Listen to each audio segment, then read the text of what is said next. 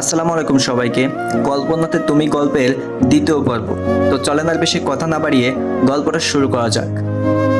আঙ্কেলের মোবাইল থেকে রিমির নাম্বারটা নিয়ে রুমে চলে এলাম। ফোন দিব নাকি মেসেজ দিব? না, একটা মেসেজ করি আগে। হাই কিউটের ডিব্বা। সাথে সাথে উত্তর এলো, চিনলাম না। তুমি আমাকে চিনবে না। রিমি বলল, না চিনলে কথা বলার কি দরকার? তোমার দরকার না থাকতে পারে, কিন্তু আমার দরকার আছে। রিমি একটু রেগে বলল, আপনার যতই দরকার থাকুক না কেন আমি কিছুই করতে পারবো না। ভাবলাম দেখি তো বিয়ে পাশে কিনা। আমি তোমার বিয়ে বলতেছি। রিমি বলল, সরি, আমি কোনোদিন কারোর সাথে প্রেম করিনি, তা বিয়ে পাসবে কোথা থেকে? কথাটা শুনে মনের ভিতর ভালোই লাগলো। এরপর আমি বললাম, তাহলে হয়ে যাবে। রিমি বলল, না সেটাও হবে না, কারণ আমি বিবাহিত। যাক, তাহলে বিয়েটা হয়তো মেনে নিছে। আমি বললাম, কবে হয়েছে বিয়ে? বলল, পরশুদিন। যাক, ভালোই লাগলো, কিন্তু আমি তো ঝামেলায় আছি, কারণ একবার মানতে পারছি আর একবার পারছি না। ধ্যাত, আমার মনটাকে স্থির করতে হবে। আজকে আমার মনটা বেশ ভালো, সবার সাথে আগের মতোই কথা বলছি। পরের দিন সকালে জাফর আঙ্কেল এসে ডাকাডাকি করছে, রাফি একটু নিচে আসো তো। আমি নিচে গেলাম। জাফর আঙ্কেল বললেন, এই নাও তোমার চাবি, এটা আমার পক্ষ থেকে তোমার জন্য একটা গিফট। জীবনেতে কখনো একটা চকলেট নিয়েও বাসায় আসো নাই আমার জন্য, আর এখন মেয়ের জামাই বানানোর পরে R15 বাইক। যাক, ভালোই হলো, তোমার মেয়েকেই তো পিছনে বসাবো। এরপর আমি বললাম, আমার আব্বু আমাকে বাইক দিল না, তুমি দিলা। আরে আমিও তো এখন তোমার আরেকটা বাবা। আরে আঙ্কেল আসতে, বাসায় এখনো কেউ কিছুই জানে না। এরপর আঙ্কেলকে ধন্যবাদ দিয়ে বাইক নিয়ে বেরিয়ে পড়লাম। বাইকের ট্যাঙ্ক পুরো ফুল। এরপর বাইক নিয়ে সোজা বন্ধুদের মাঝে চলে এলাম। এরপর আমার বন্ধু সাকিব বলল, কিরে মামা, নিউ বাইক নাকি? দেখতেই তো পারছোস। সাকিব আবার বলল, কিরে কবে কিনলি? আমি কিনি নাই রে মামা। তাহলে কি চুরি করছোস নাকি? না রে, আমার শ্বশুর গিফট দিছে। এরপর সাকিব বলল, ধুর, ফাজলামি করস নাকি? আসলে আমার বিয়ের কথা এরা কেউই জানে না। এরপর আমি বললাম, আরে বাইকের পেছনে উঠে বস। এরপর ওদের সাথে একটু আড্ডা দিয়ে বাসায় চলে আসলাম। দুপুরে হালকা খাবার খেয়ে ছাদে গেলাম। আমার আবার একটা বদ অভ্যাস আছে, মানে আমি সিগারেট খাই। এরপর ভাবলাম রিমিকে একটা কল দেওয়া যায়। রিং হচ্ছে। উপাস থেকে বলে উঠলো, কে বলছেন?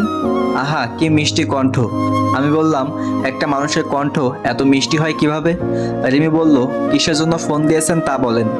এমনি মিষ্টি ভয়েসটা শুনতে ইচ্ছা করছিল তাই। রিমি বলল, দেখেন ফাজলাবো রাখেন। ওকে, রাখলাম। এবার বলেন আপনি কে? আমি রাফি। রিমি বলল, কোন রাফি? লে খোকা, জামাইয়ের নাম জানে না? সত্যি কি আপনি আমাকে চিনেননি?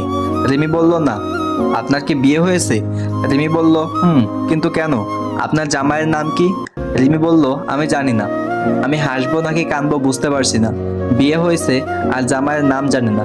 আসলে তার সাথে আমার কথা হয়নি এখনো, তাই নামটাও জানা হয়নি। কিন্তু এখন তো তার সাথে কথা বলে ফেললেন। রিমি অবাক হয়ে বলল, কি?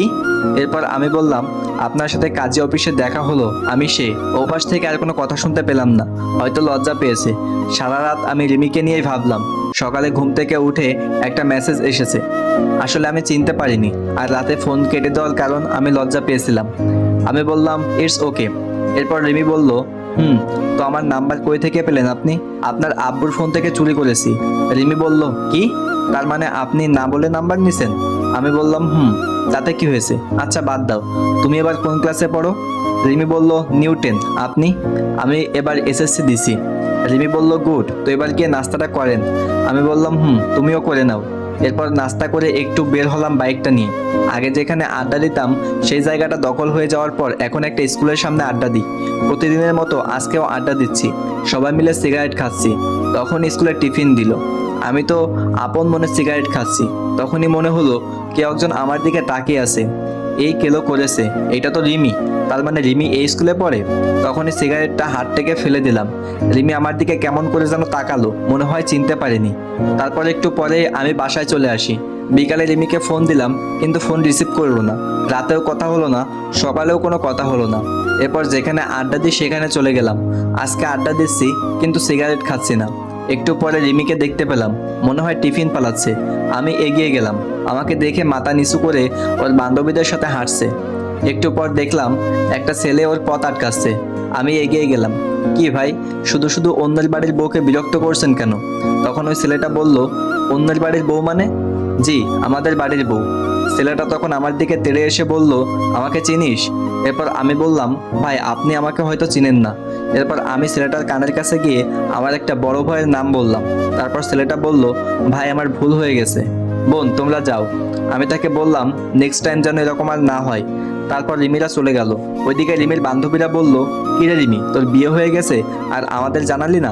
রিমি বলল, সরি রে, তাড়াহুড়ো করে হয়ে গেছে, তাই কাউকে জানাতে পারিনি।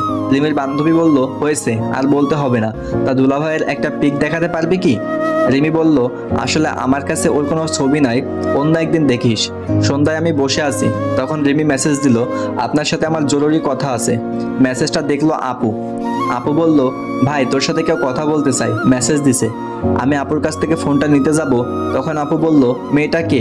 আমি বললাম, তুই বুঝলি কিভাবে যে এটা একটা মেয়ে নাকি ছেলে? মেসেজের স্টাইল দেখে বুঝে গেছি এটা একটা মেয়ে। আমি বললাম, এটা একটা ছেলে। তাই দাঁড়া দেখাচ্ছি, এই বলে আপু আম্মুকে ডাকতে লাগলো। আমি বললাম, এ আপু কি করছিস?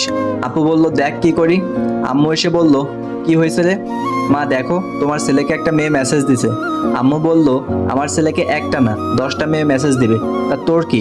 আম্মুর কাছে আপু কোনো পাত্তাই পেল না। এরপর আপুকে বললাম আমাকে আজকে যে বাসটা দিলি তা তুলে রাখলাম, সময় মতো ফেরত দিব। তারপর নিজের রুমে চলে এসে রিমিকে ফোন দিলাম। ওপাশ থেকে রিমি বলল, কি হলো, এত লেট করে ফোন দিলেন কেন? জিপের সাথে কথা বলছিলেন নাকি? আমি বললাম, না কি যে বলেন, আমার ওই সব নেই। রিমি বলল, মিথ্যা কথা বলেন কেন? আমি বললাম, আরে মিথ্যা কেন বলবো? রিমি বলল, তাহলে ম্যাডনেস বয় রাফি আইডিটা কার? সেখানে তো in a open relationship with Anika দিয়ে রাখছেন। আমি বললাম, আসলে ওইটা আমার একটা, থাক আর বলতে হবে না। ফোন কেটে দিল। এভাবেই কাটতে লাগলো কিছুদিন। এরপর একদিন জাফর আঙ্কেল আমাকে ফোন দিয়ে বলল, তারা আজ একটু বাইরে যাবে, তাই রিমিকে যেন আমি আমার বাসায় নিয়ে আসি। রিমি স্কুলে আছে। আঙ্কেল স্কুলে ফোন দিয়ে বলে দিছেন। কি করব বুঝতে পারছি না, বাসায় আনলে তো ঝামেলা হবেই। আমার যে কাটিবাজা একটা বোন আছে। তারপর রিমির স্কুলের সামনে গেলাম বাইক নিয়ে। রিমি দাঁড়িয়ে আছে। সরি আমার একটু লেট হয়ে গেল। রিমি বলল, না না সমস্যা নেই, চলুন। এরপর রিমি বাইকে উঠে বসলো। প্রথম কোনো মেয়েকে বাইকের পিছনে উঠালাম। এরপর বাসায় চলে এলাম। আম্মু দেখো কে এসেছে।